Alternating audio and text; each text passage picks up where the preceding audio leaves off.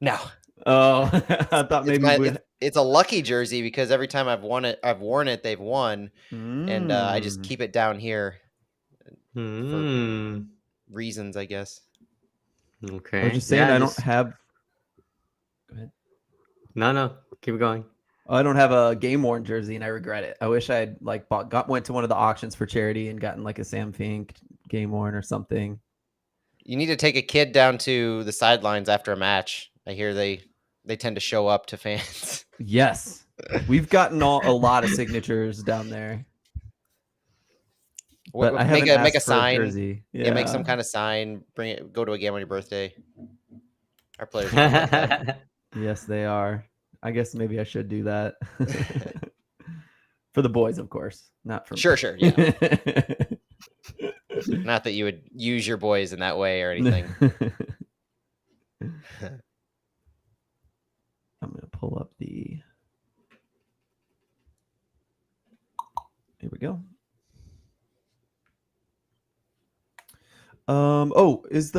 I didn't see a ball giveaway at this point. Do we need to plug that today too? Oh yeah. Well, yeah, let's plug it at some point. I have been gathering everybody's name in a spreadsheet, and so I was thinking next week, whether it's on the Fallout or actually let's do it on next flyover, next Thursday show.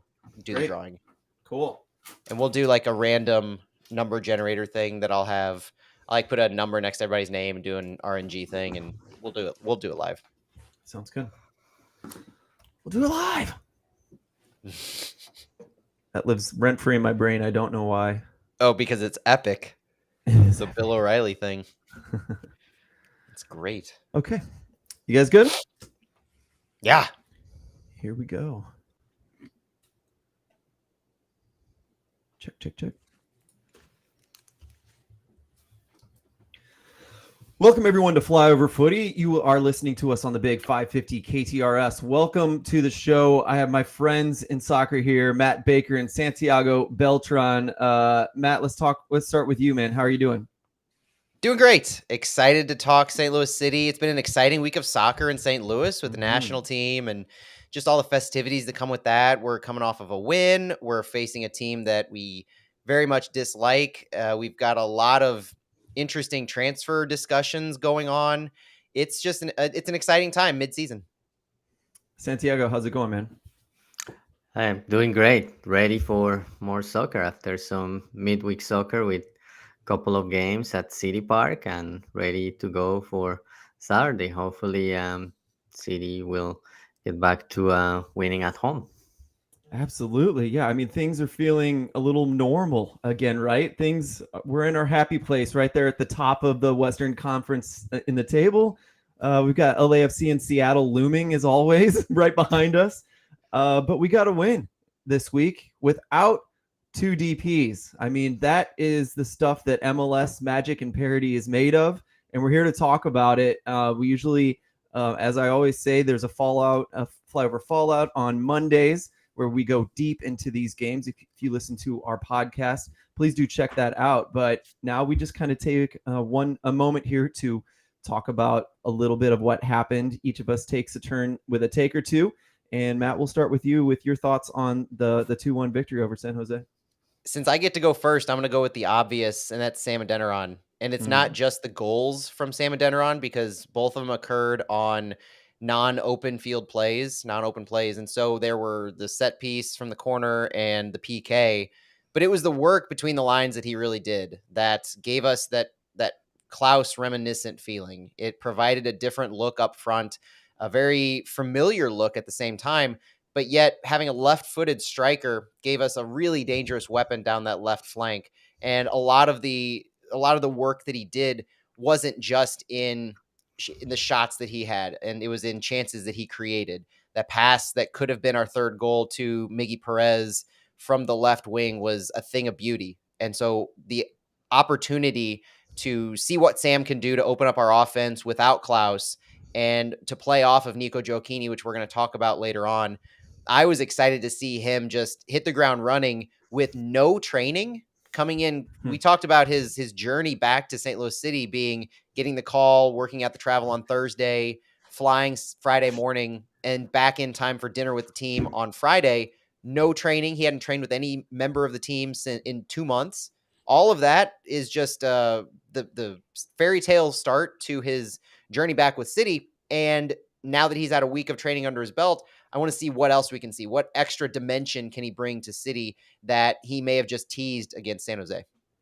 Yeah, we got a big boy goal out of him. And like you said, Matt, his hold up play and his ability to just be that target up top seemed like, to me, it felt like St. Louis played naturally with him there. It wasn't like, something they had to work out or figure out. It was just like, oh, we got a big guy we can lump it up to. And he did well with that. And I think the whole team thrived in that way. And I hope it continues.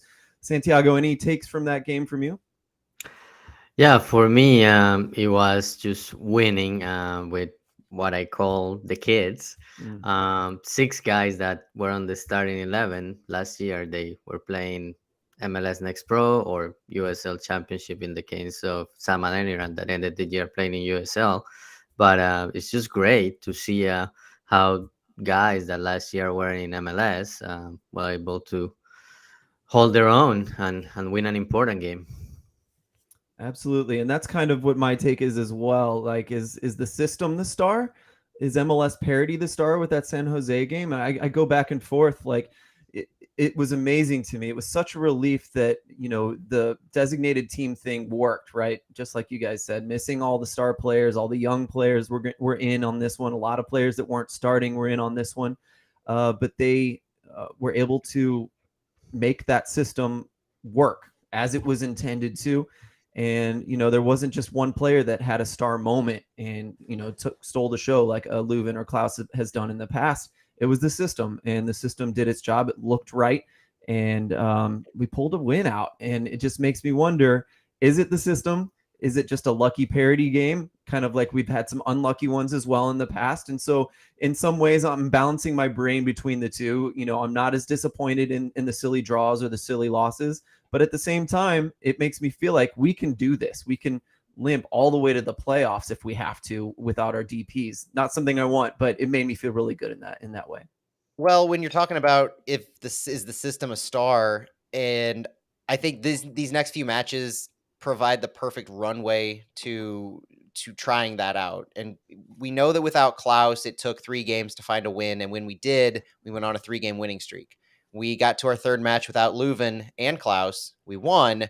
Can we turn that into a winning streak? Because our next few games are very favorable. I mean, let's be honest. We're going to preview the Colorado Rapids match in a moment. But after that, it's Toronto FC, the second worst team in the East. And then LAFC has a challenge for us, but then it's Miami. And Messi, minus Busquets, the Miami that is currently last in the East. So 3 of our next 4 matches are borderline must win because of how winnable they are. And when you face teams like that and you're rounding into form with this new complement, so to speak, or this new look that a Klausless and a Leuvenless team offers, this is the perfect opportunity to really finish the first portion of the season strong. And I think we're lucky in that sense as City fans because we've seen this system have that next man up mentality proven time and time again, quite literally with Klaus and now Klaus and Leuven. So assuming that our health maintains at this level and we can look to what happens after League's Cup break, these next three out of 4 matches at least to me are must win because of how winnable they are. That's a good point. Yeah. I look forward to seeing, playing all of that out and seeing whether that's true and what this team looks like against those teams with this roster. But there's a lot of news to cover this week, and I've been looking forward to this portion of the show tonight. And Santiago, I think I'd like to start with you on this. You were at the press conference as well, and maybe you can get us started on some of the things we learned this week. Yeah. So obviously, Klaus and Leuven is still out. There hasn't been much talk about their timeline, but the last what was provided last week was 4 weeks for Klaus, 4 to 6 for Leuven. So now 3 weeks for Klaus, 3 to 5 for Leuven. Joachim Nilsson last week the timeline was 2 to 4 weeks. Yesterday he wasn't in practice. Bradley Carnell, the way he said it was more like, it's more like a rest day. He He knows his body. He has been working hard. But then today he wasn't there either. And then Lutz, during the press conference, said that it will be after Leagues Cup, after the Leagues Cup break. So that's more than 1 to 3 weeks. So not sure if maybe he had a setback or a minor knock. I'm sure we'll find out more in the next few days. That's Klaus' timeline, because Klaus's timeline puts him on worst case on the other side of Leagues Cup into the Leagues Cup break. So if we stick to that, which that's not even a known, you know, you have to wonder kind of was there a setback with Nilsson, or is this more prescribed and they want to take it easy? They see how in form the team is now, and so they don't want to rush him. They want to give him that extra time. There's an interesting dynamic that's unfolding here in not just fandom, but in the updates that we're getting from the team on the players. And I keep going back to, we're dealing with muscle injuries and we're dealing with post-surgery type recoveries. Like these are tenuous issues that really depend on how the body's going to respond. None of us have anything that resembles a medical degree. I don't care how much you talk about it on Twitter. We don't have it. I mean, Matt, you work for Mercy, so it's like the same thing. Right. There Yeah, you go. The tech side and the clinical side, it's all the same. Dr. Baker.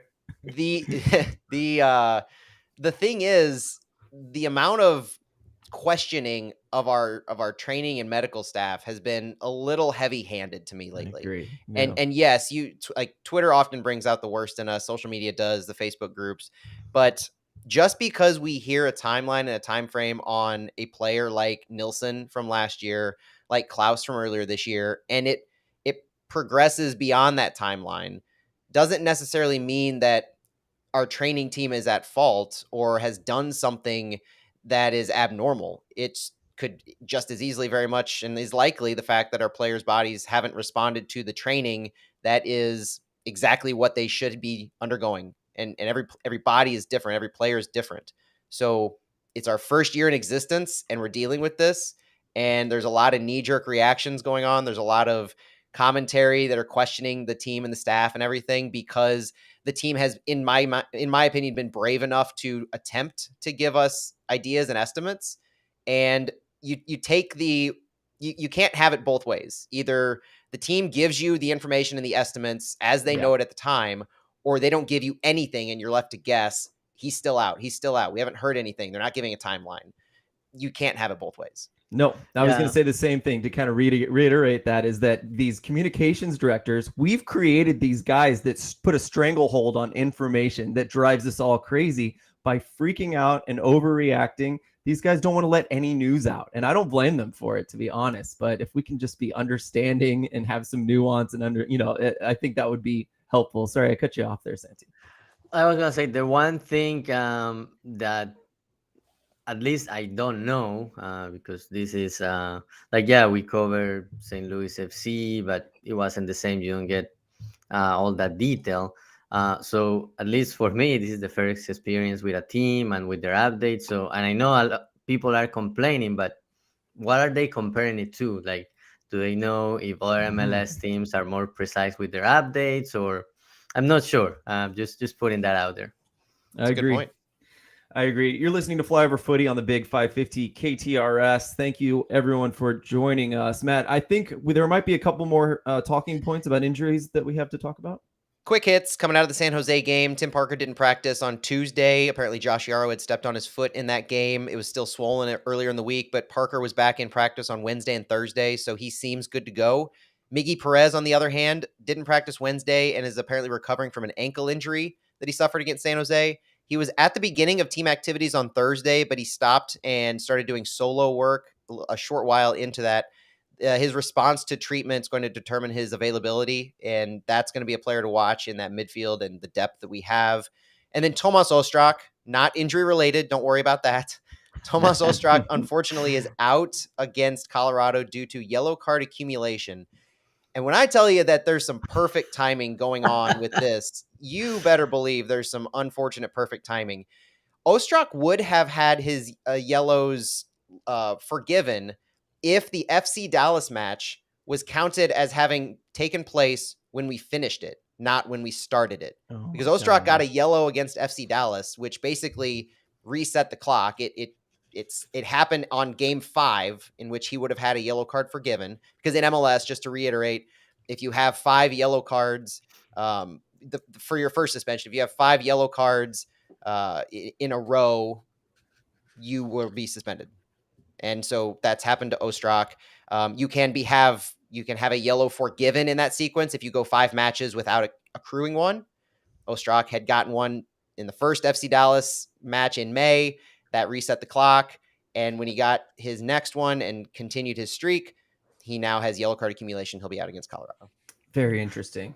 But hey, the match log on MLS.com says that game was on June 7th. So I was looking at it and I was like, there's no way he's suspended. So I texted Matt, and it took us a while to figure it out. But it's just interesting that even though the league says that game was on May 6th, everywhere you look, it says June 7th. I enjoyed the meme you posted on that one, Matt, about the communications versus the technical staff.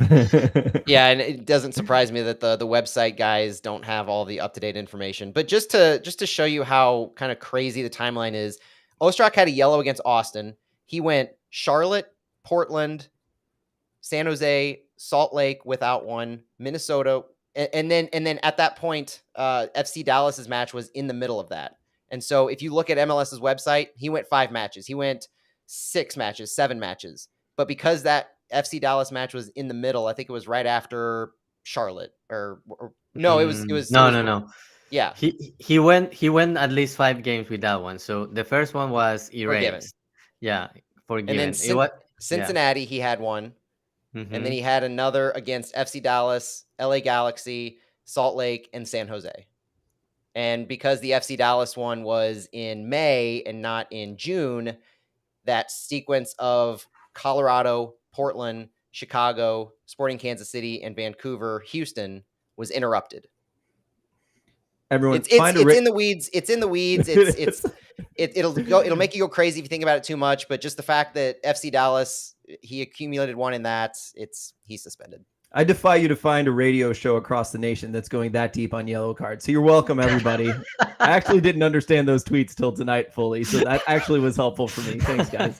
Yep. But we're here to get you ready for that Colorado game. That last one that we played against them, the City played against them, sticks in my mind very strongly because we did have Leuven, we did have Klaus, 1-1 draw, and City looked terrible in the first half, but pulled out the draw, and it felt like a win in that case, in my opinion. So let's talk about phase 2, part 2 here. And Matt, can you start previewing Colorado for us to figure out what we're looking at this weekend? As usual, let's set the stage. St. Louis comes into this back in first place in the West with 32 points through 19 games. St. Louis has a 10-7-2 record. That's 10 wins, 7 losses, 2 draws. We have 37 goals scored and a plus 13 goal differential. 6-3-1 record at home. Our last 3 matches in form, we won against San Jose 2-1. We had a 3-1 loss at home against RSL midweek and a 3-1 loss at Nashville the week prior. These are all matches without Edu Leuven. Colorado comes into this 14th and last in the West with just 14 points through 19 matches, 2-9-8 record with 14 goals scored in those 19 matches and a minus 13 goal differential. Colorado's silver lining, though, is that they're 2-5-3 in their away record, meaning that they have 0 home wins, but all of their wins have come away. Interesting that their last 3 matches as well, which this kind of speaks to not just their inability to score, but also their defense. Colorado's last 3 were a 0-0 draw to LA at home, the LA Galaxy. They had a postponed match at Vancouver, which has been rescheduled. And then before that, a 2-0 loss at Orlando and a 0-0 draw to San Jose at home. Phil, I'll say that Colorado's been shut out in 10 of their 19 matches this year. They've scored 1 goal in 5 others. And in the 3 matches where they've scored 2 goals, they didn't win. They have a 3-1 win over the LA Galaxy and a 1-0 win against SKC. But that was back on May 6th and April 8th, respectively. You mentioned the match against St. Louis City. Well, Colorado has been just 1-6-3 since that draw against St. Louis. Yeah, and after that win against LA Galaxy, they have been 0-6-2. On May 6th. That's right. Yeah, Yeah, only a couple of ties. I hope I'm not stepping on your toes here, Matt, but I often do, and you work around it. But that last game against Colorado, I think we even said it leading into that game that they create chances okay for the type of team that they are, and they just don't finish them off. That we were noticing that early in the season, and I was in my research, I realized that their starting striker, their number 9, this man starts almost every game, has 2 goals. I mean, just wild. I just can't believe that's the case, and that's not, it happens, and sometimes it even works with a low scoring striker. But anyway, that blew my mind. And just that shot map against us in the last game was insane. They had shots all over, inside, outside the box, and we came out on in a draw, but it felt like on top. They peppered Berkey. Berkey. Yeah. Berkey had 12 saves. MLS All-Star Berkey. He can put There you that at go. the top of his mantle, right up there with Yeah, and we'll talk about the way that they play, but the fact that their leading goal scorer is Kevin Cabral, which as your striker isn't abnormal, but he, along with Cole Bassett, Barrios, and Abubakar, have 2 goals. And we're talking about a Rapids team that has 14 goals in 19 matches. They don't have any player with more than 2 goals. This is not any sort of a high octane offense. This is a team that struggles to finish everything, and they have a decent XG. So, we're not going to talk too much about XG tonight just because there's not a whole lot to say when it comes to Colorado, but they're underperforming their XG. So they do get shots off. They're just so low percentage. Yeah, since the Gold Cup was around, was that last night? It was last night. Yeah. We saw Mihailovic play in that game. He looked great. He spent a lot of time he's been in the Netherlands for the last year or so. And Cole Bassett just came back from the Netherlands, and I thought for sure he would be a dead-on starter at the beginning of the season for something like the Gold Cup. And since he's back in MLS, and he just hasn't performed well enough to do it. I'm not saying it's his fault. Could be a Colorado thing, but I think we got some more stats for everybody as far as what Colorado is like. If you'd like to take us to the next phase here, Matt. Yeah, I like some of these interesting ones that speak to what Colorado likes to do before we get into their style and their strengths and weaknesses. Colorado's 22nd in the league in crosses sent in, and they're 5th in switches. So a switch is obviously moving the ball across the field, but it's passes of more than 40 yards. So they switch all the time. Colorado's also 25th in shot creating actions per 90. That counts the number of final 2 offensive actions leading directly to a shot. And they're 28th in goal creating actions per 90 that lead directly to a goal. So this speaks to the advanced stats really backing up what we just said, that they can't finish and they're not good overall at creating good high percentage shots. Also, Colorado's 7th in clearances. So when you look at what we talk about typically with Tim Parker, Lucas Bartlett, Kyle Hebert, they just clear the ball out, whether it's a header or what, when the ball's sent in. Colorado's just as good. In fact, St. Louis is 8th and Colorado's 7th. So both of these teams, you could see a lot of balls played high. You could see a lot of line-breaking moves attempted, and both teams have a strong back line that can take care of that. The other two are that Colorado is last in tackles and interceptions, while St. Louis is first. So a very juxtaposition of styles going on here. Colorado does not like to tackle. They won't intercept the ball a lot, so we might have some opportunities there when you come with our playmakers in the midfield. Indiana Vasilev comes to mind. And then St. Louis is going to be very physical. Obviously, Jared Stroud, Tim Parker come to mind when you think about that. I'm interested to see how Sam Adeniran can initiate some of these high presses. And Colorado is 27th in blocks. So St. Louis, again, first in blocks, just like they are in tackles and interceptions. This is not a Colorado team that really puts themselves in the middle of the ball. They will fall back. And when we talk about their style and what they like to do, it's going to be very obvious that this is a very different team than St. Louis City. Well, let's go straight into that. We're kind of burning along here, but still, that's kind of what I want to hear about, especially because I've been beating a dead horse as far as the kind of teams that St. Louis plays, that St. Louis has trouble with. This team, it's not that surprising that they struggled in the first half against them, because those things like switching the field of play, defending compactly, those are things that City struggle with, and it sounds like we're going to see a lot more of that. Is that right, Matt? Yeah, so the Rapids are likely to come out is either in a 4-1 a 3-1-4-2 or 3-4-1-2 formation. They like to operate with three center backs, but if you know St. Louis City's a modus operandi with four center backs or four-man back line, they do something similar to what Colorado does, where we have a four-man back line, but we often have three that stay more defensively and one that pushes up. In the Rapids, three center backs, their shape appears more like a 4-3-3 when they go forward. And so they'll have their left wing back that becomes a little bit more reserved and stays as a left back from their midfield. And they'll leave a single defensive midfielder who just sits in front of them, in front of their center backs. And their right wing back is going to push up, trying to get more into that right wing territory. They play short, they play slow, they swing the ball around, they spread the field really wide, and they leave that single pivot in the center of the field. So if that player is not open to turn and progress the ball, they often skip some lines and trying to get over the midfield to their center forward like Kevin Cabral. That's where you see a lot of those line breaking moves. And so against St. Louis, I remember seeing that quite a bit where they were playing the ball around, they were switching, they were moving the ball from their wing to wing, and then all of a sudden they would send the ball high, where St. Louis would press to the point where we would leave our back line a little vulnerable, and they would make those moves, and Berkey would have to make a save. That to me is a more or less prototypical Colorado Rapids team. So a way to beat that, though, is press them and press them successfully. When they're pressed, they start Danny Leyva as their number 6. They can have Connor Ronan move forward as their number 8, but if they're pressed, Ronan's going to drop back a little bit to create kind of a double pivot going on. That's an interesting opportunity to throw them out of their formation as they look to try to counter us.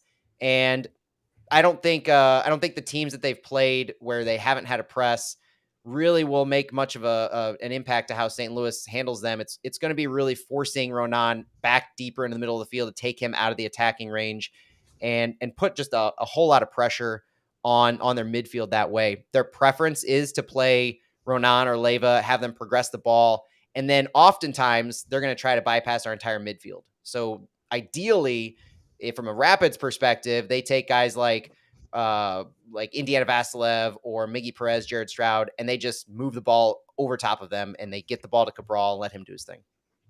Very interesting. I forgot. Oh, go ahead.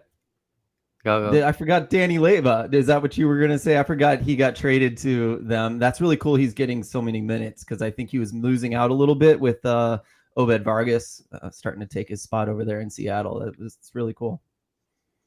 Yeah, I was just gonna say that definitely the long ball is gonna be key, and I think we may have talked about that 2 months ago when we were previewing this game. That Colorado was strong with the long balls, and at that time, like City had allowed some goals or some chance creation through long balls. So still something to keep an eye on, especially with the system. City plays, and that's what Colorado likes to do. And the other thing, and Bradley Carnell kind of talked about it a little bit today. Yeah, they are last in the league, and Phil, you also talk about that, like parity. Like you can have like this is a league where any Saturday anybody can get a result.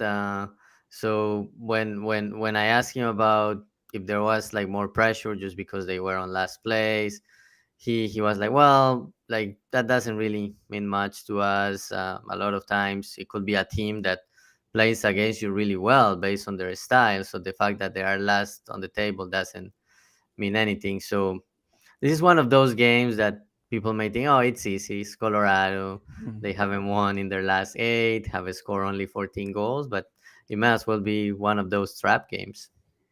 Very well could be. And like I said, they're a good match against us. We don't usually do this, but it kind of leads into the next one. Husker TDA on Twitter just said that it might be easier to press Colorado this time. There's not altitude. There's not a problem. I know Bradley Carnell says that's not a thing, but that is something very interesting. And so just to kind of, before we move on with this, just to kind of plug ourselves, we're Flyover Footy. You're listening to us on the Big 550 KTRS. You can find our extended episodes and more episodes on our podcast feed, anywhere you get your podcast. And you can join us live. We're streaming right now on Twitter and Facebook and YouTube.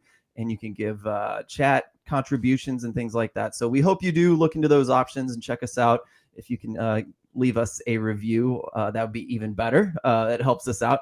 We'd appreciate you doing any one of those or all of them if you can. Matt, we've got a decent amount to cover here. Lots of information on Colorado. If you'd like to pick the next space to go forward with. Yeah, I want to pick up on the way that they create some chances too before moving on to how they play defense, which is really of interest to City fans. So Michael Barrios is going to be another one to keep an eye on the wings, the way that he loves to attack the end line and looking to cross the ball in. That is going to create some of those wing battles where you have it will be important to see who plays our fullbacks and whether you have Nerwinski and Hebert again out there and how they're able to defend against the cross deep. I know we've been weak when Johnny Nelson has been out there at times, and Julian Gressel comes to mind, those 1v1s out there where he was able to just create space and get behind. Well, if Barrios is able to do something similar to that, that could be just something interesting to keep an eye on from what the Rapids can offer. I would say, though, that the thing that we saw from the Rapids defensively is still what we're going to see from the Rapids this time. There's a reason that they have so many clean sheets. Their offense is stagnant, but they play that medium to low block defense. Their line of confrontation that we're going to have is typically around midfield or just beyond. So they're occasionally going to push forward, and they may indicate a press, but it's really not going to be there. And so the ability for St. Louis to beat that kind of an in-your-face approach, it shouldn't be too big of a deal for them. Once they're in their defensive set for the Rapids, they play the ball in front of them. They rely on their defensive shape, and they limit those passing lanes. So they stay tight, they stay compact, and they stay deep. They're going to allow maybe a checking player to receive the ball. When the players turn and they may get a look enough to get a pressure on the player to cut off a passing lane, St. Louis is going to have to create space. That's going to be one of the names of the game. And I have that as my key to the game later on. But if we can't create space, it's going to be more of the same that we ran into the first go round. The idea of stretching the lines, not just long but wide, is going to be very interesting to watch for, because a Sam Adeniran, the way that he can create space wide left, the reason I called attention to it earlier on is because I wanted to see that against the Rapids. I think that will provide a really interesting look. If you can draw Sam Adeniran out wide left with the ball, have Jared Stroud underlap him inside to the box, have him create chances to Indy Vasilev, Rasmus Alm, whoever is in there, Nico Gioacchini even. That could be really interesting to see how that low block is broken down when you have some really creative players who can create space wide in the attacking third. So many options, and Sam Adeniran's one of those that they took really they took advantage of that early in the season, where they threw him out on the left wing. I thought he was going to be a second striker often, and almost every time he came in as a sub on the left wing. And he's a big guy, looks like a striker, but he operates perfectly well on the wing, as you were saying there, Matt. That wasn't there a cross later in the game that was just like a perfect cross that Stroud wasn't able to quite get there for.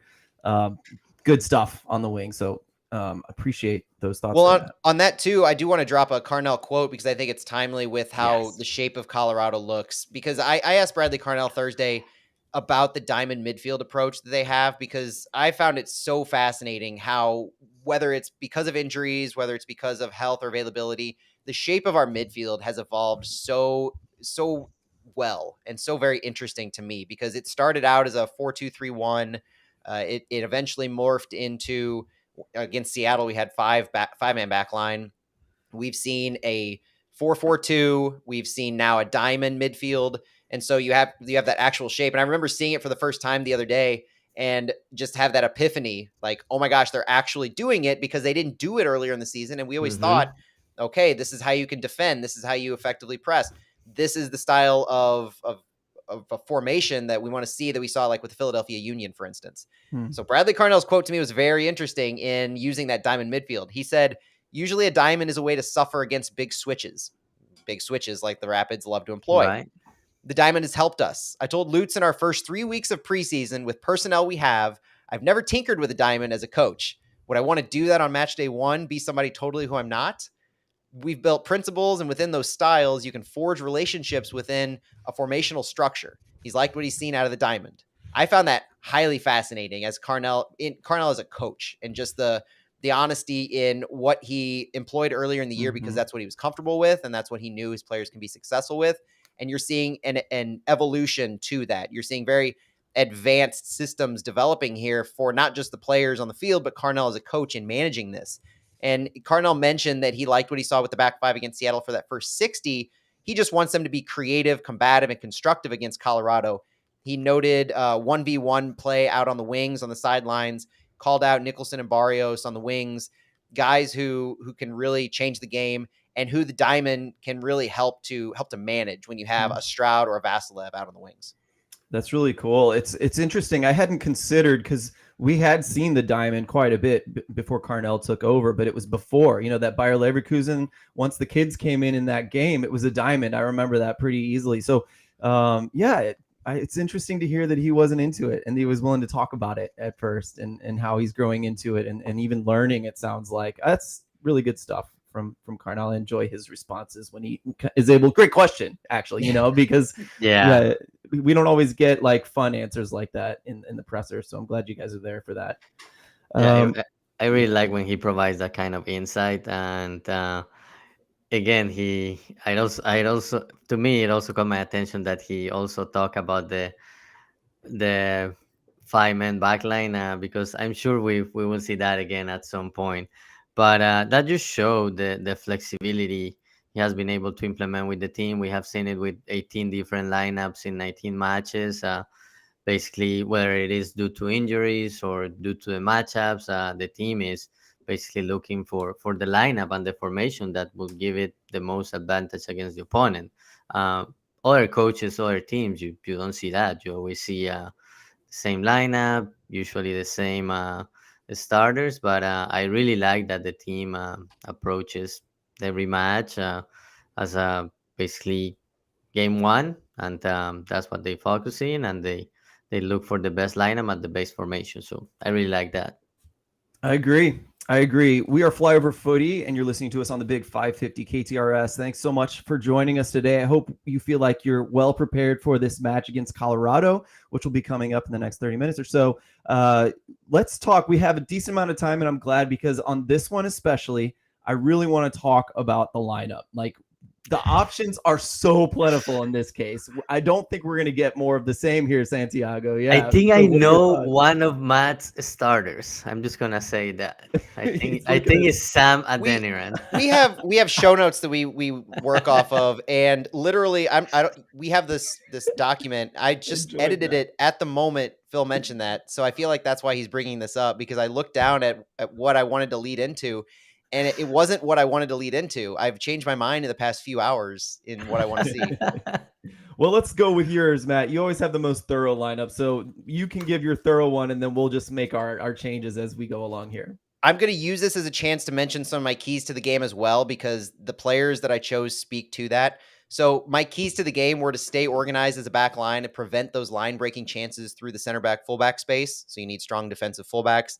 To exploit their left wide behind their fullback and wingback, let Sam feast, and be clinical in your counterattacks. You have to press smart, be quick with your counters, because with a low block, that's what you're going to need to do. If you can let them possess, but Colorado possesses less than 50% in themselves, so you're going to have to work for it. As a result, my lineup has Roman Berkey, obviously, Kyle Hebert, Tim Parker, Lucas Bartlett, and Jake Nerwinski, your back line. No real surprise there. Diamond midfield, going back to it, Jabulu Blom as the pivot, Rasmus Alm on the right side, Jared Stroud on the left side, Indiana Vasilev as the attacking midfielder, and then our top two is Nico Gioacchini and Sam Adeniran.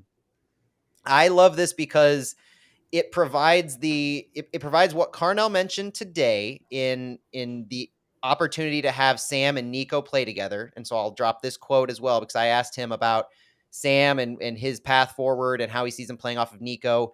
The fan base, this should be very familiar to everybody. Carnell said that we saw Sam out wide, setting up Miggy, almost playing like a winger, like we just talked about. Carnell said he can play on the left hand, the lone striker. Nico can go back to floating underneath, as he worked with Klaus. Successful in a 2-2 with Nico and Klaus next to each other. Sam can play that role as well.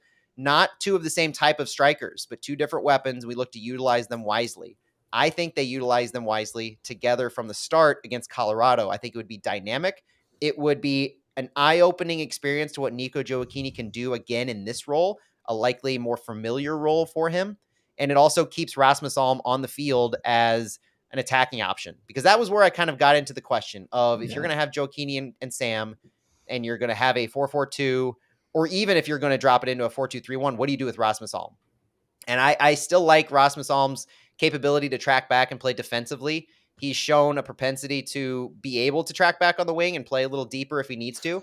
I like him in that midfield role and what he would be able to provide our attack, on top of having Gioacchini, Vasilev, and Sam. It's probably the most exciting offensive lineup I could think of without Klaus and Leuven. That's really interesting. I'm glad you touched on Alm because putting him in there, I don't know if we've seen him in that position. I'm sure he can handle it. But I don't know. What do you think, Santiago, before I give any thoughts on that? Yeah, I'm gonna stick with my lineup even though Matt almost twist my arm. Don't But let me persuade you. but yeah, I'm gonna stick with this. So Berkey, Heaver, Bartlett, Parker, Nerwinski. Then I have Blom and Akil Watts, just because I think Miggy is not going to play. And then I have AC Jackson, Indiana Basilev, Sam Adeniran, and then Nico Gioacchini. Is that a 4-2-2-2? 4-2-3-1.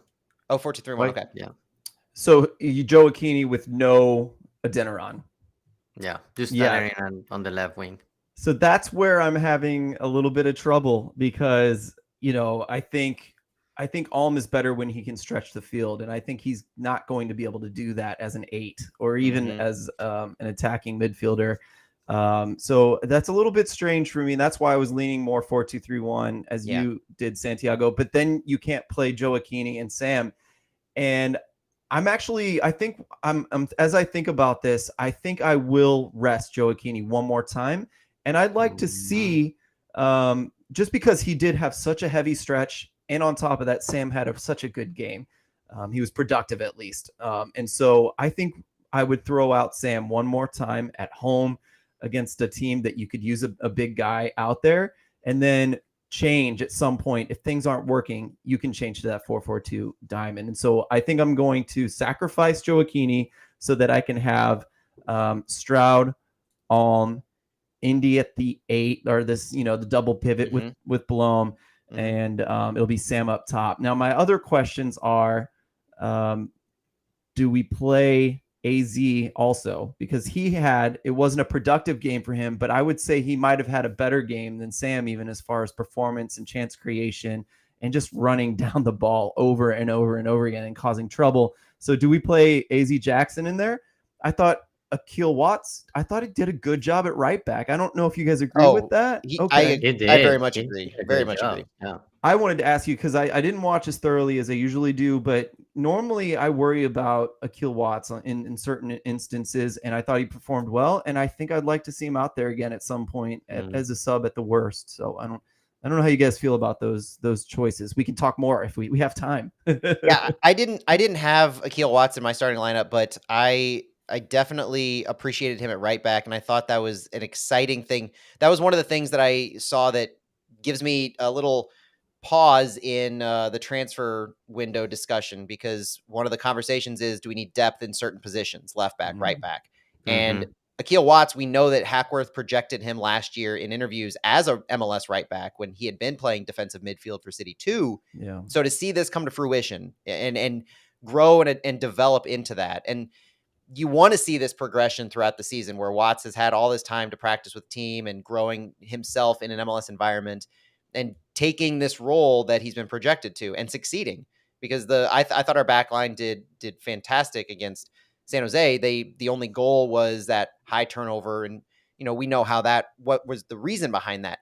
But Akil Watts in particular, and AZ Jackson was another one that I had in my starting lineup and I took out. I had AZ at the 10. I would be happy to have AZ at the 10. I'd be happy to have one of Gioacchini and Sam at the attacking position and Rasmus Alm at the other one.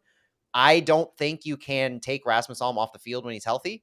Yeah. Rasmus Alm is, I mentioned it on Fallout, him and Jabulu Blom have become, put him in pen if they're healthy.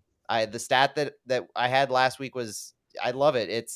We're 9-3-2 when Rasmus Alm plays, and we're 5-1-1 when Jubilee Blom starts. These guys are difference Amazing. makers out there, and it's not just their individual efforts. It's collaborative, what they facilitate for other teammates, and the opportunities on the defensive and attacking end. Those guys have to be in, just like you have to keep guys like Tim Parker, Kyle Hebert in the game. These are the players that matter. Good stuff, guys. That was really fun. I'm glad we got to dig in on that. One last thing we'll do, and then we'll get out of here. Let's do our predictions. What do you guys think, Santiago? What's the score? I have 2-0. Okay. Matt? I'm back to my optimistic ways. I got 4-0. Oh, wow. I'm dropping the bomb like Phil's been doing the past couple of weeks. Incorrectly at that, but I saw that score line. I thought I'm gonna make Matt say it online. I knew you would. Hey, I've been talking up our potential attack this entire show, and True. So if I can't back up my score line with all that hype, I like that. Love it. I'm going to say 1-0. I do think the defense is going to give us challenges, but I do think City will come out on top. So those are our predictions. We're fly out. Oh, my goodness. Those are our predictions. We're Flyover Footy, and you're listening to us on the big 550 KTRS. Hope you guys enjoyed. Enjoy the game in about 30 minutes. We're all going to see you there if we can. Go City. Oh, bye, everybody. I can edit this. I'm already going to edit the end anyway. So, my bad. Do the ball? Did you want to plug it? Well, we can. Do you want to put it on the radio or on the phone? Or I'll put it on wind down. I'll put it on wind down. Okay. Do our outro again, Phil. Cool. Oh, great. I got to think about all the things I covered. We are Flyover Footy. You're listening to us on the big. What's that? You can just say sorry. Bye. I thought I messed up again. You can just say bye. Thanks for listening, everybody. Bye-bye. And just in case I already said thanks for listening because I say it too often, enjoy the game, everybody. Goodbye. Let's go City. Let's go. Okay. We're out. We shouldn't have this much fun. So I got a 25-minute cleanup, and just the ending needs to be fixed, but I kept talking over you, Santiago. You were wanting to talk a lot tonight, so I'm going to adjust in the future. Make sure I give you space to talk. Sorry about that, man. No worries. I'll I don't know. Next time I'll wait until you tell me to talk. No, my point is that I like it when you do that, and so I'd rather get out of your way. So that's cool. Hey, if there's anything about that, if there's anything about that Tomas Ostrak conversation that needs cutting, do it, because we were fumbling over ourselves for a moment. No. I did not. Don't take that. I was just teasing you guys. I thought it was great. I really did. Yeah. Good. All right, I'll be right back. Bye. I'm gonna get a beer.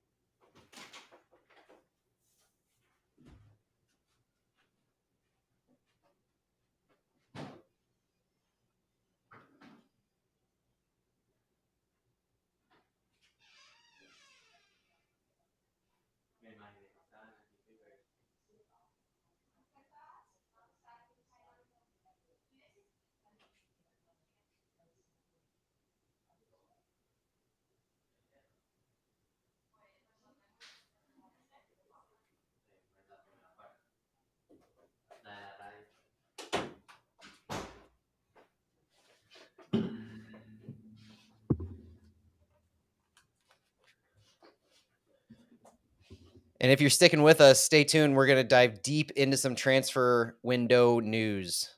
This is going to be one of the more nerdier discussions, I assume, since we did our MLS 201 podcast.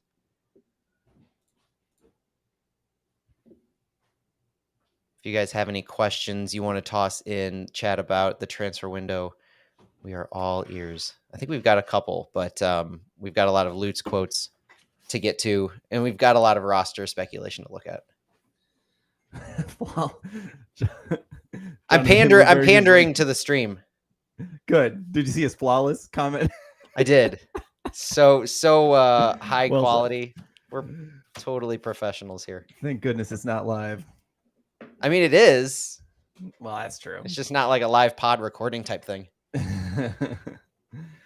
I was just thinking about that we should figure out some way to do that again. Like, remember what we did with, or what you did with Manuel before the City 2 Leverkusen game? Man, and he wanted to come back for that game, that opening day, and I couldn't find a place. If we can do, it doesn't even have to be with Manu, but it can be with, even just us or something. That would be fun. I agree.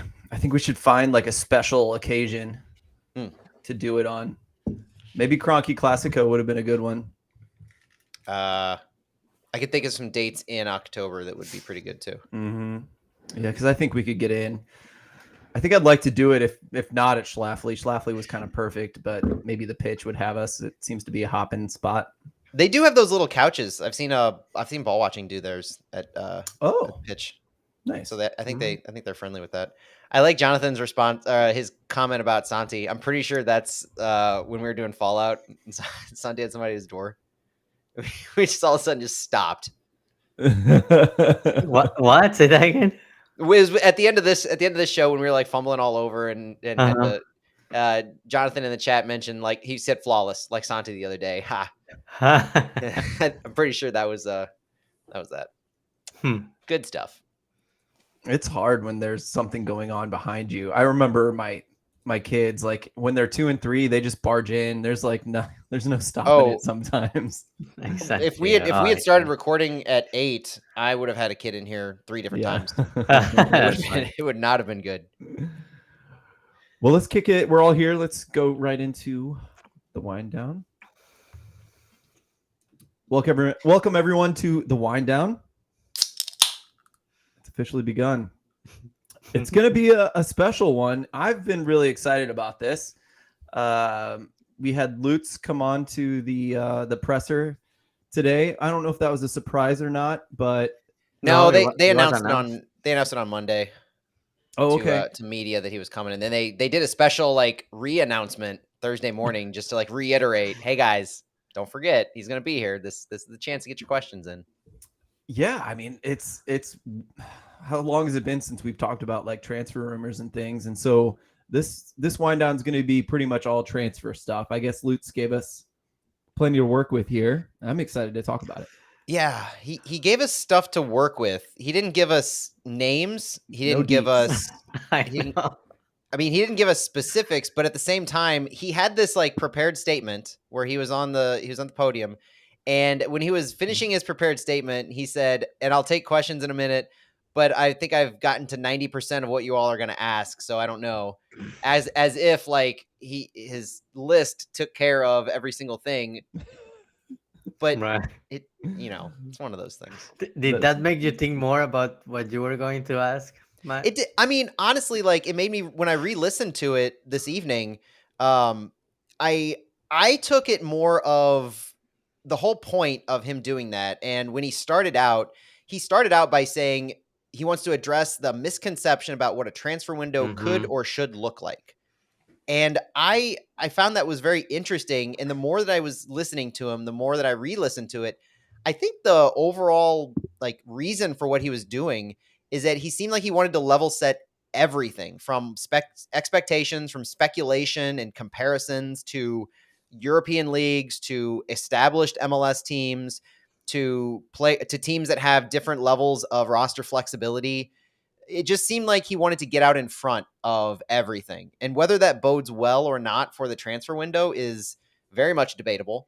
But to me, the driving force behind what he was doing, because he came out with like 5 different, I'm pretty sure on his list, it was 5 bullet points, because he numbered them off of things that are playing into his thought process in the transfer window. And he had these pre-prepared. Carolyn Kindle was in the room there with him as if to provide support, even though she didn't speak. She was sitting off to the side. He kept looking over and he kept kind of referencing ownership and being on the same page. So I think they wanted to provide a unified front in this discussion, this conversation, but with no specifics being said, no information on Firmino, though we kind of now know a little bit more, no information on any of the specific player options. It was more like high level. Here's what's all going into this. I need to level set everything for you guys because I'm hearing it wrong. And so I'm hearing it wrong. What do you think that was? let's go to the details of what he was saying and what he was trying to set the record straight on. So I've got the five things down. The first one is timing. And so he was very, very specific that the window is July 5th through August 2nd. And that's the window. And then if we act, when we act, if we act, it will be during this time. And so he addressed, we're not in a situation or a need to do a deal far ahead of time or announce like other teams have.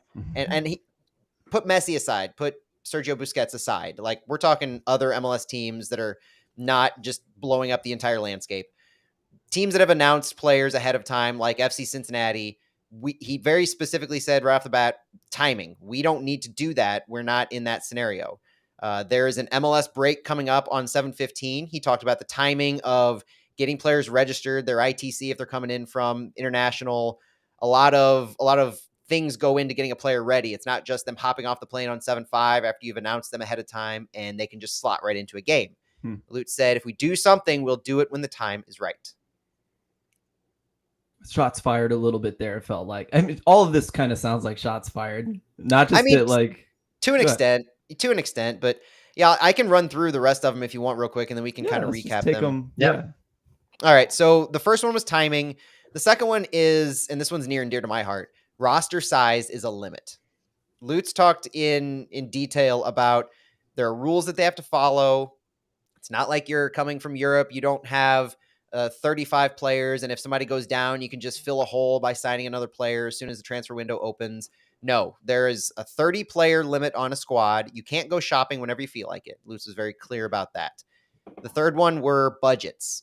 And I think this is why Carolyn joined him, was to be unified in their front and to be kind of supportive of each other in this.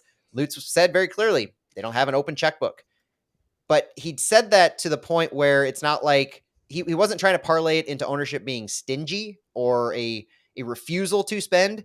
He said very specifically, we don't want to waste any money. There are certain roster slots that exist. There are certain DPs signed, certain TAM players that are signed. The budget's not wide open. You have to follow the rules like all the other teams. We're not going to waste to reach the exact limits of everything that we have available, meaning the salary cap, meaning spending every last ounce of GAM you have, meaning filling all 30 slots just because you have 30 slots to fill. And then he said, it's match day 19. We're number one in the conference. He said discussions about transfers we could or might do aren't really fair because of the scenario we're in. It's the right timing, the right spend. You have to be extremely aggressive on the transfer market. And so the roster size, the budgets, those are the two big things that I think are that other MLS teams have to deal with. But the scenario that St. Louis is in, also being an expansion team, cannot go overlooked. And this was our initial roster build. And so there's an approach to how you manage that long term that is different from an FC Cincinnati who's been in the league for 4 years. It's different from an LA Galaxy, a Sporting Kansas City, every team like that. The other two were more related to plugging holes, filling issues that have arisen. So number 4 were injuries. He said you can't have 17 players on extremely high budgets. Teams in MLS, and I like this. He said teams in MLS have valleys when their top players are out. That happens. Flexibility to react is limited with the roster size. It's not the European market, like I said, where you can just go make a panic signing. And Lutz said specifically, I'm not a big panic guy. The points he made to the injuries were that Klaus and Leuven will be back pretty soon. Direct quote. Will it be the right thing for the club to sign other Leuvens and other Klauses? Right. No, it's about patience, trust in the next man up. And as an aside, that next man up, we've seen work multiple times already so far through 19 match days. He spoke about finding a way without Klaus and now finding a way without Leuven, calling Leuven the captain of the engine room, speaking to the importance of those two players that were without. And he also repeated the designated team moniker and said ownership supports him in that designated team. We do not have to sign artificially a big name to make us a better team. That's a direct quote. He said, football is a team sport. We have to sign a big guy, and that's something the future will tell. He reiterated multiple times the limited budgets and the rules that all teams in MLS have to play by. We know that there are 3 designated player slots available to all MLS teams. We know that there's an amount of TAM and GAM that can go above the $5.2 million salary cap, but those spots are limited. We have 2 DPs on our roster. There are rumors even that we have Berkey classified as a DP, which would make sense for the salary cap and the roster flexibility right now, having not signed a true third DP. it makes more sense from a budgetary perspective to list Berkey as a DP than absorb and have to pay out all that TAM. Yep. It's facts of the matter. And so But with all of that having happened, these slots are not available to fill the caliber of players who have been hurt with replacement level players. so about Berkey maybe being a DP, isn't that something we will know by now? I keep hearing it from MLS analysts. Like I've heard Bogert mention it. I've heard it discussed on Extra Time. I don't know the transparency aspect to it. I don't know if you Mhm. have to, if it has to be listed on MLSsoccer.com. But what I do know is that there's a penalty for having a third DP slot filled with a player over the Right. age of 23. But that penalty is only $150,000. Hmm. Take that compared to what Berkey's making, 1.65 million. And you can either pay $1 million of your TAM to make Berkey fit in your roster, or you can just slot him in as that third DP, pay $150,000 and call it a day. Like if you're not going to sign, if you're legitimately not going to sign a third DP and you've basically resigned yourself to that and set that kind of boundary or guardrail around your roster building, that makes sense. It doesn't actually. I would say that TAM and GAM is like fake money though, whereas that penalty might be $150,000 cash, which I think is different for an owner. It is, but it allows us to sign players like Joachim Nilsson and like Thomas Right. Ostrak, who are TAM level players. So if you're wanting that caliber of a player who doesn't fit in a U22 initiative slot and you need that extra TAM, because TAM is very specific in its use. You can only use TAM for certain things like buying down a player who makes more than the max salary, but less than a DP. So there you can fill it with higher caliber players, and that's where it becomes more valuable. I guess my point is exactly that if we don't need the TAM or GAM, and I'm not sure we do right now, it sounds like, I think they may choose either or. And I think that's what we've said all along, is that we don't know what MLS sees. We don't know like when you have to like, I guess we kind of know when you have to declare who's in what slot, or is it used seems to, like and then Charlotte blew up the system. Exactly. I The guess it Charlotte feels like you rule. can move them around however you want, as long as like whenever they draw the cutoff line, it works, which is I think where Miami got in trouble like months or years after the fact, you know? Yes. So there's a roster lock date where you have to have your roster locked and you have to be in compliance to certain things. But there's still so much unknown and so much closed book that as far as when you can move around some of these buckets of money and how when you have to say, okay, we're committing $1 million of TAM to Roman Berkey, or we're committing Roman Berkey as our third DP for budgetary purposes. Like there's nobody truly knows how that exact process works besides MLS front offices. I just get that vibe of roster flexibility, and it's like their option, they could do both, you know, and just depends on what they want at any given moment.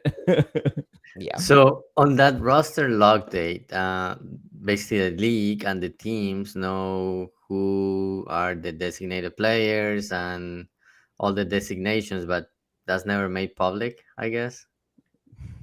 They'd get themselves in trouble if the website posts it. The website posts it, but we've seen how unreliable the website can be in certain areas.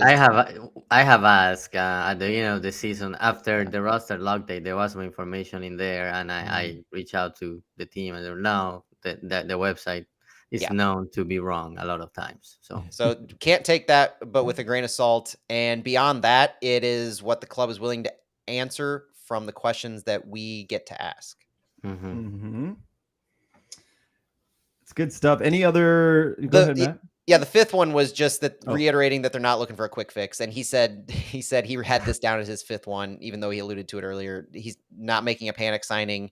I'm not looking for a quick fix. We need a long fix, strategically a player who helps in 1, 2, 3 years and not in days.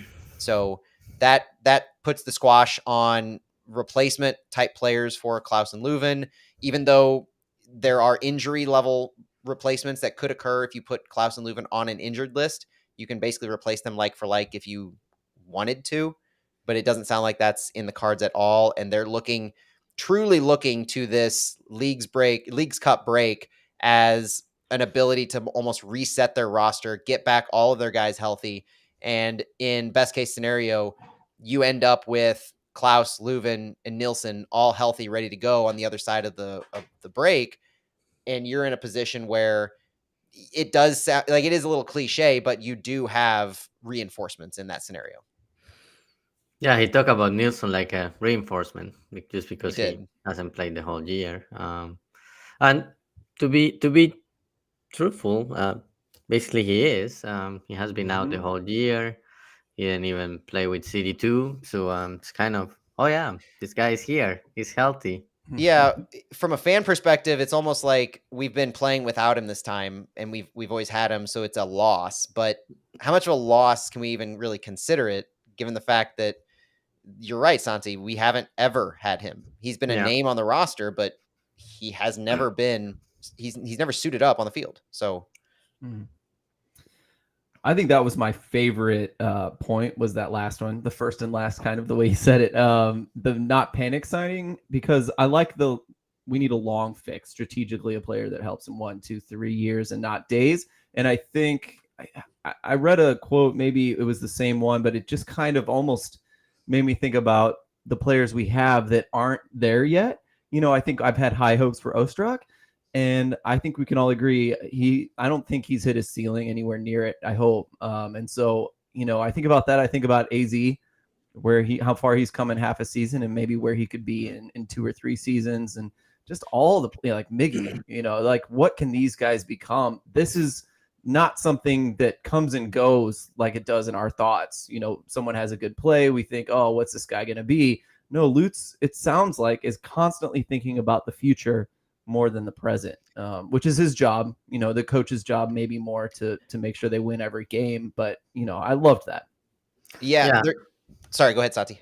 yeah. And he talked about developing homegrown players, being a club that develops young talent. And he made a comment like, every time you sign like a big player from overseas, you're basically blocking a player like Miguel Perez or Caden Glover, because it's one less homegrown that you can add to the roster, or at least look at adding them down the road. So that was very interesting to me. I agree. Santi, I liked how you asked about the U22. That was one of my favorite questions that were asked. And Santi asked if Lutz is looking at those U22 signings, which we have none of. And Mm-hmm. again, to reiterate, MLS roster rules say that it's in an effort to sign and develop younger talent and bring them into MLS and then sell them off. But teams are allowed a signing, up to 3 signings, depending on how many designated players you have, of players who are under the age of 22. And what that does is, let's say you want to pay them $700,000, which is above the max salary. It's way higher than you would normally be able to pay. Well, they only hit the salary budget charge of 150,000. So you get a discount as far as what you have to report to MLS of fitting in your salary cap structure for the U22 players. That's why they're almost as important as a designated player, at least in the same mindset, to where Yeah. you're able to pay a player what his worth is, but you're only reporting it to MLS at a certain level, and it's hitting your books so much lower, making it so much more cost effective to sign those. Lutz said that he's always considering it. He said, we have a young squad, so always looking at getting young talent. If it's in this window, the next or the third, it'll happen. And he touted the league rewards this approach and that they always have it in mind. So we as fans are seeing no U22 signings, but that reinforced that it is on their radar, as it should be. And it's something they take into consideration when they're scouting. It just hasn't come to fruition yet. And on a related note, some barely related, but I wanted to give you a chance to talk about this, Santiago. RSL filled up all their DP and U22 slots, which is awesome. I think that's something we all kind of wanted, which I think will lead us to another point. But lots of Colombians on that team, as it I relates. know, I know. I'm looking forward to Portland Timbers against Real Salt Lake, like Yeah, Colombia one against Colombia two. yeah, I exactly. like so Portland. I'm still trying to figure out a name for Real Salt Lake, but Portland is Portlombia, and Real Salt Lake could be Real Colombia. Okay, I like it. Uh, but yeah, it's I obviously, to me, like, it hits like home. Like I'm biased, but I would love to see Colombian or even a South American, and that will happen at some point. But yeah, when I see teams like RSL, like just filling the roster spots with Colombians and quality players like Chicho Arango, and they announced Palacios today, who has been having a great season with Atlético Nacional. Good signings, and I think RSL is gonna be dangerous this second half of the season. Yes, they are. Thank goodness we're done with them, at least unless they make the playoffs and we have to play them. But Jennifer B on, let's see, YouTube said, I feel like Lutz was telling everyone to calm down. And I totally agree. And it's our first season. And so I don't think we can be blamed for thinking like, where's our U22 player? Right. Where's our third DP? Because that's what in this league in the past, that's what winning teams typically do, not every time. And so I don't think we can be blamed for that. But I think this is Lutz coming out and telling us, setting the standard, like we're used to that too, because he's like, designated team, we're different. We don't, next man up mentality. St. Louis is all of these things, and we're having to like mold around it, and it's easy because it's working, right? And I think this is just another layer of the onion there, that this is just what it's going to be like to be a St. Louis City fan over the years. And especially with remembering a lot of the things Lutz had said on how he built this team in the first place, and some of the quotes that he said were, if we sign a guy who's a great player but doesn't fit into our ways, it's a terrible decision and one I'd have to take responsibility for. I really liked that. Was a very introspective quote of his. Like that. And he goes on to say, we don't necessarily look for the best footballer, we look for the guy who fits our philosophy, fits our system.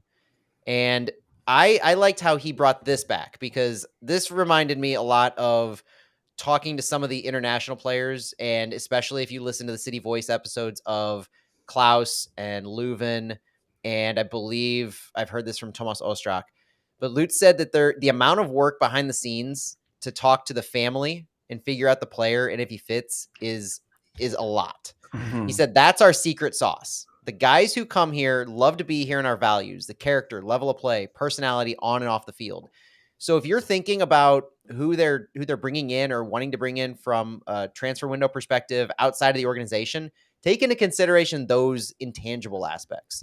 We're not talking about if there's familiarity from the past, that's great. He probably knows and can skip a few of those steps. But if there's not familiarity, if they're scouting a guy based on talent and what they see on the field, think about all that homework that they put into making sure that a guy is not going to come in here and blow up the system and be a locker room cancer, and make sure that they fit the system on and off the field with their personality as well. The amount of due diligence that it sounds like goes into a player wearing our crest is admirable to me. And it speaks to the stewardship that Lutz knows he has for this club and this city, and how much passion he has to make sure that he's building something that will last both for the club, the city, and the individual players. Okay, he even mentioned talking to the German Shepherd. He did. That was funny. Like everybody in the family, including the dog. Got it. Thank you. Yeah. Yeah, he goes. He went all the way to the dog. Hey, the dog might know character more than the others. It's like they can sniff it out. I think another part of the panic too is we're all guilty of it too. I'd say one of the biggest questions we get from fans to talk about, or listeners, not fans, sorry, listeners to talk about, is that like, who would you sign if we could sign someone right now? And what depth would you add? That kind of thing. And it's always, the answer is always like either who had a bad game recently or who's injured, right? And so like, the second Klaus went down, it's like we get lots of comments like, how come we don't have another 9 ready to go? Or Leuven's down. And I haven't seen this actually, which I actually I respect the hell out of at St. Louis for this. I haven't seen a whole bunch of let's get another midfielder, a world-class midfielder when Leuven went down. So that's pretty awesome. But, again, I loved hearing him say that there's no panic sightings. We're not just going to replace someone willy-nilly because we have room. And so I thought that was really cool. It's a good lesson for all of us, myself included. Yeah, I asked Lutz about some of those player progressions throughout the year. I asked him if the way some of the players have progressed and played this year has changed anything about his mindset from the beginning of the season and how he viewed the summer transfer window versus now and what he's looking for. And I also tried to sneak in a question about if he has a plan for loaning or selling any current City player Mhm, out. mhm, And his answer on the progress and whether it's changed or impacted is no. He said he wouldn't really say or can't really say that we're real disappointed in anybody, even those who haven't played many minutes. Uh, there was some moving around of the words going on here, but saying even the guys who haven't played, they're pushing each other. They're pushing the players who are playing. Some of the players exceeded expectations. Yeah. And when we had those valleys and those injuries, some not well known players or some not star players, they got us back on track. And that's the most important thing. And so I took this two ways. I took it as you're not going to throw anybody under the bus for any reason. You're not going to disparage a player. You're not going to say Pedro's been disappointing or we haven't quite got him to the level we need him to be, because that's obviously where I was trying to lead the question.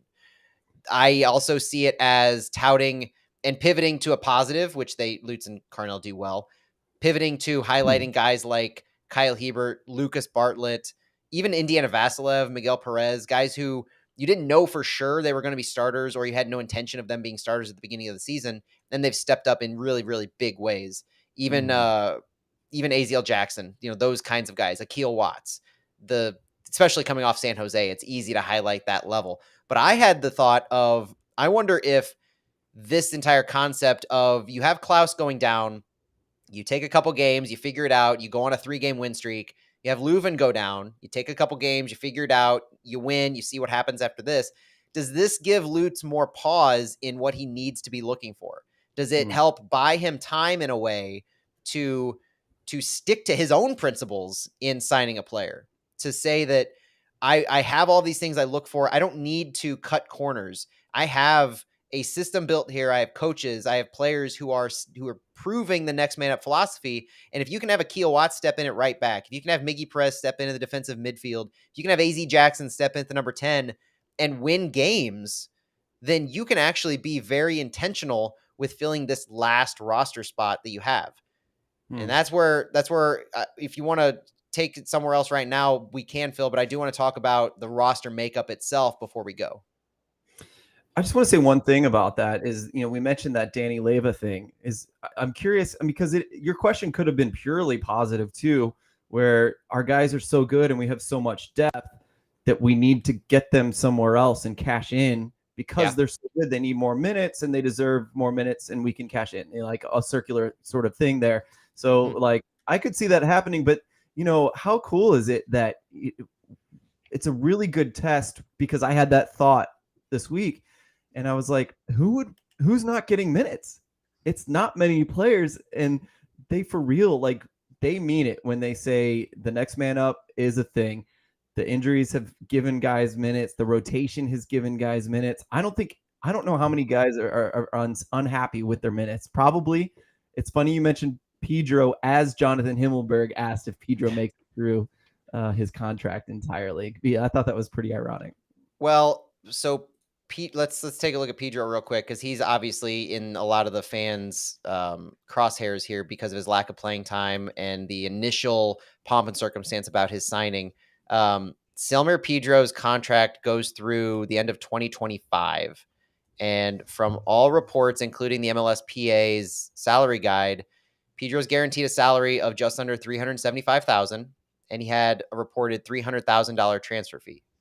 So that all gets averaged out for his salary hit. So he's not approaching any level of like a TAM type of a player, but that's a significant amount for a player who is third on your depth chart of left back at this point. So my second question to Lutz was, are you looking to loan anybody out or sell anybody at this transfer window? And I love what you said, Phil, because even when you ask a question, it can be taken different ways. And I intended it to be, are you looking to loan or sell a guy like Pedro to get him minutes and then bring him back type of a thing? But I could easily see it being an AZ Jackson or somebody else who is really overperformed and looking to get value for that type of a player. He definitely didn't answer the question in the slightest. It was a case of like every single person in that room got one question, it seemed, because it was a larger than normal crowd. And unfortunately, I tried to compact two questions and it didn't work out well. But I wouldn't say that to mean, but I'm still curious on it. And, I'm glad Tom Timmerman asked me after that he wanted to follow up if given the chance on that piece, but he hasn't yet. So maybe he'll figure out a way to slide that into a column. I'm interested to know that aspect because we're also focused on who might we bring in and what gaps might we fill, what depth, what potential starters. I'm also just as curious about who might leave our team. And that also they both play off of each other because the other piece of MLS roster rules are if you loan a player out, you can fill that player's roster slot even though you don't get salary relief. You're still paying the player what they are owed. So we'd still be paying Pedro's salary. We're still paying Max Schneider's salary. We were paying Sam Adeniran's salary. But when they're on loan, they open up a roster slot to fill. Yep. Good stuff. Before we move on, Santiago, we lost you. Any thoughts on kind of the stuff we were touching on there? Yeah, I'm back. Sorry, my camera is not working. But Matt, I don't know if you noticed at the end that the conference was over, and Tom asked Lutz if Max Snyder had a green card. Yep, you I heard that. He said no, not yet. So I guess that's an indication that we don't have any green cards yet. Because to me, the two that should be closest should be Max Snyder and Roman Berkey because Berkey came first. Agreed. And the fact that Max was sent on loan, I can't remember where I heard it at this point, but I know it was either official source or it was from Tom Timmerman or somebody akin to that. Max Schneider, one of the benefits to sending him on loan, might even be from Lutz himself earlier in the season. One of the benefits of sending Max on loan is also opens up an international roster slot. Right. So just like he has a legit roster slot open, we now have an extra. So we have 2 total international slots available to fill as long as Max Schneider remains on loan. And so does that mean he is that guy that's on the longer term loan? Is that official? When they announced him, that was the season long loan type of thing. Which the odd thing to me is terminology that the club uses sometimes because when he was brought back for that appearance on the game day roster, they made it sound like it was the same exact short term signing as Johnny Klein, but I guess it's semantics and you don't really want to get too in the weeds, but it was a loan recall because he's on a season long loan as they announced earlier in the year. Oh, so it's different. But maybe since he's on a season long loan, I guess that's the mechanism. Just sign him to that short. I don't know. I think it's all semantics, truly, because he didn't play, and so he still had. Even if he's on a short term signing, they still can. He can make 2 appearances. He can make 3 more roster appearances, and he went right back down. While he's down there, he's on loan to City 2 officially, as they announced, and so his roster slot is open. And I think that's where I want to look real quick because I want to make sure we get to this, is that with the transfer window and everything that we just discussed, we're going to talk about the 1 or 2 known players in a moment, but I wanted to look at the St. Louis City roster itself and how many slots we actually have to play with here, because it's not much. We have 29 of 30 players and roster slots filled right now. If you recall, everybody from loan, if you have a complete roster, 29 of our 30 slots are filled. The way the MLS roster works is they split it up into 2 buckets. You have 20 players on your senior roster, 10 players on your supplemental roster. So there's 20 players on your senior roster. They make certain minimum amounts, so you can't pay them under a certain amount. And they fill certain buckets of players. That's your senior roster that you have, and you can do certain things with them. The 10 other players have different salary considerations. They're paid less. They can be sent out on loan more regularly, those kinds of things. And I have it. If I'm counting our roster right now, I have 1 slot on our senior roster left to fill. We have 2 slots for homegrown players, and in an MLS roster, you have to fill 2 with homegrowns. Otherwise you can't fill them. It's the 29th and 30th slots. That's Caden Glover and Miguel Perez. Our supplemental roster, I have full of Kyle Hebert, Josh Yarrow, Michael Creek, Lucas Bartlett, Max Schneider, Celio Pompeu, Akil Watts, and Owen O'Malley. And that is all based on the salaries that were reported by the MLSPA, because when you see what a player is making, you can correlate that exactly to what a minimum roster salary is or a minimum roster on senior or supplemental. And you can make really good educated guesses. So there's only a couple players that I'm not positive on. Guys like Aziel Jackson, Sam Adeniran, John Bell, guys who are making close to what can be considered a minimum on a supplemental. And I don't think that it matters that much. We have one pure open roster slot right now, no matter where you look at it. We have one open roster slot as long as Max Schneider remains on loan, and we just lost one when we recalled Sam. So we used his slot. So going into this transfer window right now, as it stands, with Klaus down, with Leuven down, not on the injured list, we have 2 roster slots open.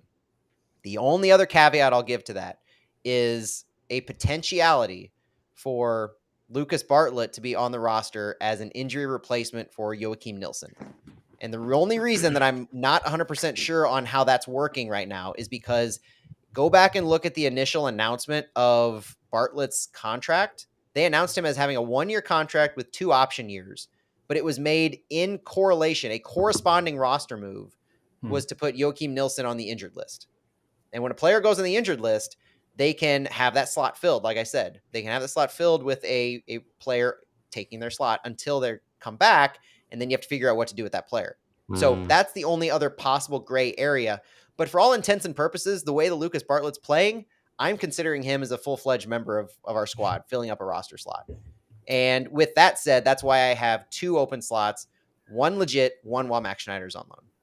Yeah. Go ahead and clear that up. So Matt, if Bartlett was really that injury replacement, what will happen when Nilsson comes back? Either he will have to fill an actual slot, or he will have to be loaned out. What would be the somebody would have to be loaned out? Okay. You'd have some. Well, as it is right now, if he came back, then we'd be fine. But if we signed another couple of players, that's where we'd start to get into the sticky situation of too many chairs, not enough people, or too many people, not enough chairs. So he can just go on an unavailable slot, but that just hinders how many. Yeah. And like I said, I have Bartlett slotted in right now on filling up a roster slot. I've already just, because I like to play conservative with this and see, all right, what do we at the very most have to work with here? Yeah. And it's with Bartlett taking up a separate slot from Nilsson, it's 2 roster slots. Yeah. And I think, if you were to not think about what roster slot Bartlett's taking up, and you just think about what is my best however many players, and whoever's at the bottom of that list that you're willing to loan, your answer is make that happen. You know what I mean? It's not it's not about like, well, Pedro's a full rostered person, he's making too much money to loan out. Well, no. If he's not playing and he's the easiest loan, then that's what you do when you keep the guy that's playing, Yeah. One other interesting thing that I like to look at, because Lutz referred to the long-term planning aspect of this, is these are clearly puzzle pieces on the chessboard, right? So you're moving them around, you're seeing how they fit long-term. So long-term, you have to look at contract situations of our current players as well. And there are a host of players who are reported to be on 1-year contracts or have their contract end after 2023. The list of players who we've, based on Transfermarkt, have as their contract running up at the end of 2023 are Jared Stroud, Celio Pompeu, interesting, John Nelson, Gil Watts, John Bell, Lucas Bartlett, Aziel Jackson, Michael Creek, and Max Schneider. But some of them have options, right? Most all of them do have options, 1 or 2 year club options. So they could always be brought back with their option. But the point is that if you're looking at signing, let's say we signed 2 players in the transfer window. Okay, let's war games this. If we signed 2 players in the transfer window on multi-year contracts, you're basically saying we have to keep Max on loan for the rest of the year because somebody's filling his roster slot. Yeah. And then you get to the end of the year, one of these guys then has to be let go or sent off or sold or something like that, because then you have to free up a permanent roster slot for whoever you've signed in this transfer window. Interesting. We are running short on time. Is there anything else we need to make sure we touch on?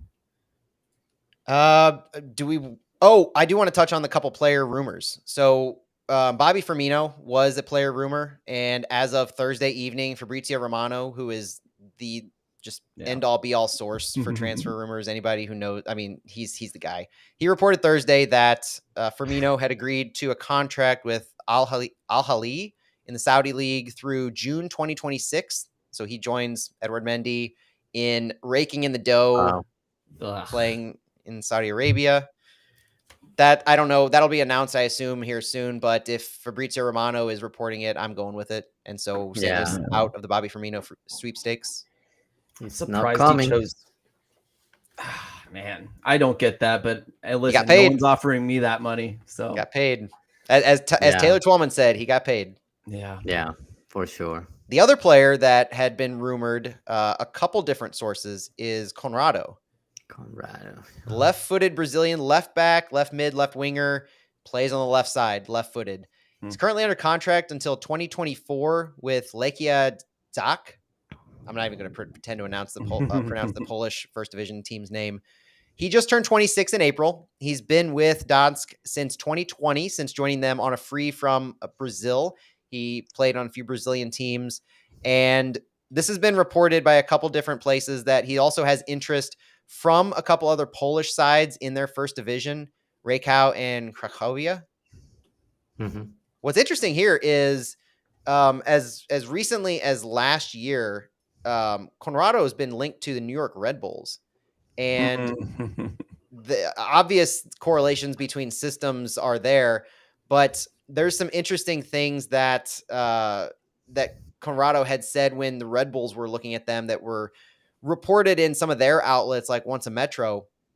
And Conrado had a few things to say about playing two different positions, because when he was playing as a left back, his main focus was defending. He played as a midfielder. He wanted to score. And when you're in that role, you want to attack as well. So it speaks to his versatility as a left back, a left mid, left winger, can play and fill a hole on that side. And if you've been on any kind of St. Louis City Twitter or Facebook fan page, you know that left back and that left mid side have been some questions that fans have raised.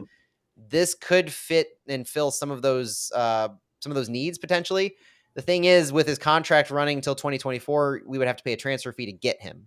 Now, whether this is the caliber of player that you open the checkbook to make that transfer fee worthwhile, I don't know what his salary would be. You would assume it would be in the under the salary budget charge range, so he wouldn't have to be a game or TAM player. I don't know. The interest kind of fizzled out as he signed as he still was under contract in Poland. This is interesting to me. He had said that when he went to Dansk in Poland, he described it as having more intensity and aggression than Brazil. And so he has that experience in that kind of not just a kind of a league, but that kind of system where it's intense, it's aggressive. You work a two-way, both sides. And so you develop that ability to defend just like you can attack. A lot of the things add up in what you envision Lutz and Bradley Carnell looking for long-term. And with the player just having turned 26, there's a lot of things to like here. Agree. And to be honest, like, it makes you wonder too about, when Nilsson comes back, that 3-back system, and just wanting more of a wing back type player rather than a defensive player. Yeah. It'd be interesting.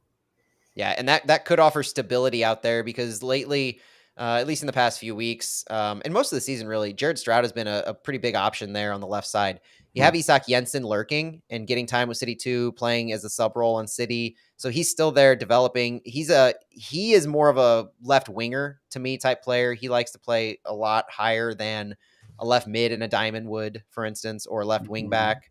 So very different types of player to me between Jensen and Conrado. I think the addition of Conrado would probably, if you're looking at any one position that I think needs shoring up, but it also needs work on just overall roster makeup, it could be that left back, left wing back role. Because like you said, Phil, when you bring Joachim Nilsson, you still have Kyle Hebert, you have Tim Parker, and you have depth with Lucas Bartlett and Josh Yarrow. So you're set there for a 3 center back if you can have those wing backs to the quality that you want them to be. And I don't know that we have that right now with our roster. And I also don't know that right now, the way our roster is set up, I would be comfortable bringing in a left back to fill that last spot with I know. no other changes made. I agree. And again, is this like, are we just looking for someone to fill Pedro's spot? Because that sounds like a quote panic move, doesn't it? Right. Rather than Right. a long term. So, And the thing here is that let's get back to the fact that we're in first place in the West. We've Right. had our ebbs and flows, and we've survived the valleys that we've fallen into with these injuries, and we have a successful team. So level set expectations on what we really need to do here, because the depth that we have has shined, and we're getting ready to have this massive break, or perceived break, depending on how we do in the tournament. But this still, my go home thing is that our success has afforded Lutz the ability to stick to his principles in what he's wanting to do with this roster and his overall plan. There's no even inkling and reason to panic or skirt some of those steps that he would normally take in being very mindful in how he builds the rest of this roster. And I didn't get to say it in the radio portion, but Nelson to Sam Adeniran is a thing. If we do go to a 3 center back system, maybe Nelson has less defensive responsibilities and he becomes a starter. I could see it for sure once he has someone to cross it into. Most of Nelson's success came with Klaus, and Adeniran as the Klaus replacement. That's something that would be interesting to see. Yeah. So hey guys, I wanna ask you a question before we leave. In your opinion, do you think there is going to be any roster additions during this window? Yes. Yes? Matt? I agree. I think yes. It feels like we are being told not to panic, and I don't think it'll be flashy. I think we want that U22 we always have, and I think it's not going to be that. I think it's going to be a role player who's going to be a plus player, someone like Alm or Blom, let's hope, or better. But it's going to be a long-term signing, and it's not going to be someone that's just going to walk in and score 10 goals for the rest of the season. You can't just go out and say it might be the level of Alm and Blom and not get hype and expectations from that. The way those two players. Did you not hear that stat I said earlier? I thought you were going to say I went too low. Alm and Blom, we win with those players on the field. We're signing a player like that. That's a good point. So like I don't know. I would be about like that level. Okay. Long-term signing, more expensive than minimum salary, but nothing too crazy. Ostrak is one of the most. Ostrak is one of the most expensive players on our team, right? Yeah. I think there is going to. Yeah, I think it's 700,000 or something like 700 base, 801 guaranteed. Gosh. Oh wow. But yeah, I think there is gonna be at least one roster addition. But the good thing, and I think we talked about this at the beginning of the season when we basically realized there weren't going to be any more additions, and we talked about it at another podcast. It was like, okay, the team is going to go with the guys that are here, with the guys that are part of the roster, see how things go, and if needed, make adjustments, make an addition or two. But now the team can be basically patient because it's in first place, has a lot of points, is in a playoff position. And I think that can be good too, because since you are not rushing into it, you have time to look at the market and not rush to a decision. And maybe you will find a player that really fits your system and could be what Lutz said, not the best player at that position, but the player that really fits the system. So I think the team is in a good position to do that and find the right player instead of rushing into just we need a player. Let's see who is available, and that's what we're gonna get. So I think the team's in a good position. I agree. Well, boys, I think we should call it there. Is that okay? Oh, the ball. Yes, take it, Matt. Don't forget about the ball. We got to plug it. Our first ever giveaway, we still have to plug. And it's wrapping up, too. If you've checked out our socials or listened to our last few episodes, touted that Nico Sports has generously provided us with a collectible St. Louis City ball to give away. If you're looking at the stream, I'm showing it right here. All you had to do was donate to the St. Louligans Pride Raiser at stl.prideraiser.org and let us know on our socials that you've donated. We'll have a post up again tomorrow for you to reply to. Just let us know you donated and you are entered. We'll do a live drawing of the winner next week in our post Independence Day first flyover in the transfer window episode, and we'll draw a winner and we'll get this mailed out to you. So let us know when we post tomorrow on the socials, and good luck. And thanks for donating. For anyone wondering, the team has scored 8 goals in June. Because that's right. Your pledge is per goal scored. Pledges per goal scored. St. Louis has scored 8 goals in June. Love it. And that's it. That's it. Right? Yeah, June matches are over. This next match is July. So get your pledges in and let us know that you did that. We also got stickers to give away. Maybe we can start giving those out. I thought I'd plug that on the podcast, that maybe we'll bring some and just hand them out if you guys say hello. I'll love having people, but I'll start having them with me at games. So I've had a couple people say they enjoy the pod, and it means more to me than you honestly know. Yeah. But I'll start keeping stickers with me. So if you come up to me and you let me know that you listen to the pod and you like what we do, I have a sticker for you. I want one. I have sleeves for you guys. Love it. None for Santiago though. He doesn't get one. I just remember walking around with Jake, and he had just joined the podcast, and he would get so many people being like, I love the podcast. No one knew who I was. It's my fault. I don't say hello to anyone. I need to. So anyway, if you'd like to, please do. That's it from us. Thanks for joining us and sticking around this long. The transfer stuff's fun, and I think it's just the beginning. So there'll be a lot more from us in the future. One thing I'll say really quick, Phil, is the window opens this week. We just talked about whether we think somebody will get signed, and we'll actually have that. I think that it will be later on in the window. I think the breadcrumbs have been laid of the window goes from July 5th to August 2nd. League's Cup break is July 15th. All those things are setting the stage for an announcement later on in the window. If the first weekend go by and we haven't announced anything, please don't panic. If the whole window goes by and we don't sign anybody, you do whatever you feel like, but give it a few days, a few weeks, let the window let us get to the break, and we'll see what happens. And yeah, I think St. Louis gets everything in order, and they keep it a secret. And then I think I don't think they like MLS knowing until the very last minute. So I think that's kind of how they keep their secrets. That MLS City MO. Yeah, I mean MLS has no idea any more or less than we do as fans. So that'll be fun. Don't get too hung up on what you're hearing or not hearing. Fun times. All right, bye everybody. We'll talk to you on Monday for Flyover Fallout. Bye. Bye. Vamos City. Cool. Fun one, guys. Yeah, it was good. All right. I was a little rusty just from 1 week off, but got our groove. I felt like it was a vacation not hosting. Yeah, I know. I feel you there. Not hosting and editing the Flyover Fallout. Good job. I do think I can take that on myself now. I can do the Fallouts because I've got my GarageBand template set up. I've got the audio tracks ready to go. So all I got to do is save it from Restream, plug it in, and I think I'm good on that now. Nice. Well, if you want it, you can have it. I mean, I would never force you to. I'm happy to do it, but sure. I'll give it one more go this weekend just to make sure, but I don't think Sounds good. Yeah, right on.